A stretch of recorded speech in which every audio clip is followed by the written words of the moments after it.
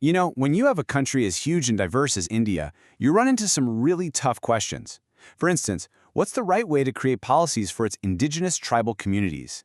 For decades, this wasn't an easy answer. Policymakers were basically pulled in two completely different directions. So, let's dive into this history and see how India tried to find a middle path. But before we get into the specifics of India's debate, let's just take a quick step back. Why do we even study society in the first place? It might sound a little academic, but trust me, the answer to this question really matters. It shapes the lives of millions of people. Well, it's pretty simple, really. We study society to figure out a nation's problems so we can find the best possible solutions. And for modern India, one of the biggest, most enduring challenges has been exactly this. How do you balance progress and development with protecting the unique cultural identity of all its tribal groups?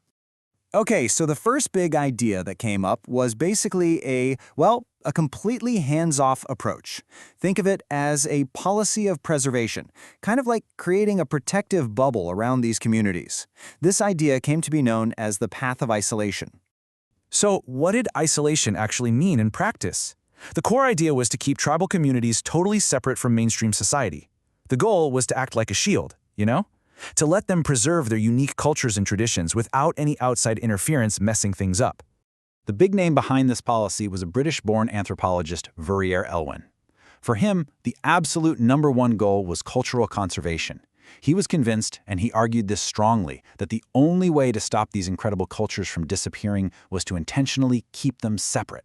All right, now let's swing to the complete other side of the pendulum. There was another philosophy that said, nope, separation is the wrong way to go. We need to do the exact opposite. And this was the path of assimilation, which was all about total absorption into the mainstream. So, what is assimilation? At its core, it's a process of cultural merging, though, some critics would call it cultural dissolving. The end goal here is for people from different, usually minority cultures, to be completely absorbed into the main, dominant culture. So much so that, eventually, you can't even tell the difference. The main champion for this idea was a sociologist named G.S. Gurye. And, well, his perspective was pretty controversial.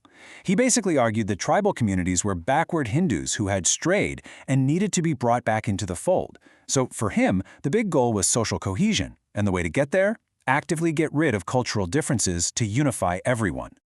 So there you have it. Two totally opposite ideas. On one side, you've got isolation, which says, let's preserve culture by keeping it separate. And on the other, you have assimilation, which says, let's absorb culture to make one big unified society. Two extremes, right? And a whole lot of empty space right in the middle. And this is where the story gets really interesting. After independence, India's new leaders looked at these two options and basically said, neither of these feels right. They didn't want total separation, but they didn't want total absorption either. So they started searching for a compromise, a middle way. And that's what became known as the path of integration. And the definition of integration really shows you how clever their approach was. It's about bringing different cultures into the mainstream, but, and this is the absolute key, only so long as their own unique cultures are protected and retained. So it's not about destroying their culture, but it's also not about putting it in a museum. It's about finding that balance, connection without eraser. I think this one quote just sums up the whole philosophy perfectly. Tribals should progress, but they should progress in their own way. See, it gets that, yes, development is important, things like education, healthcare, better jobs, but it makes it crystal clear that this progress can't come at the cost of their identity. It has to be on their terms. So who is behind this? This was really championed by India's post-independence leadership, and especially by its first Prime Minister, Jawaharlal Nehru. And to make sure this wasn't just a vague idea, they actually created a practical framework to guide it. It was a set of 5 principles called the Tribal Panchil, and it was designed to be the roadmap for development that still respected tribal ways of life. Okay, so we've looked at all 3 big ideas: isolation, assimilation, and integration. Let's just put them all side by side now to make sure we've got the differences down pat. So here's the breakdown.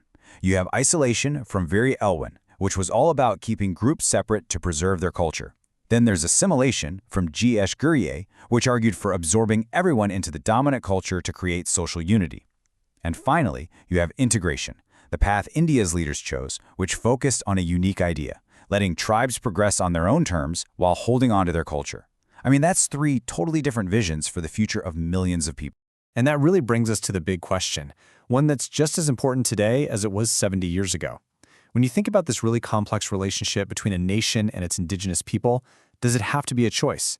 Do you have to pick either progress or preservation? Or is there a way? Is it actually possible to have both at the same time?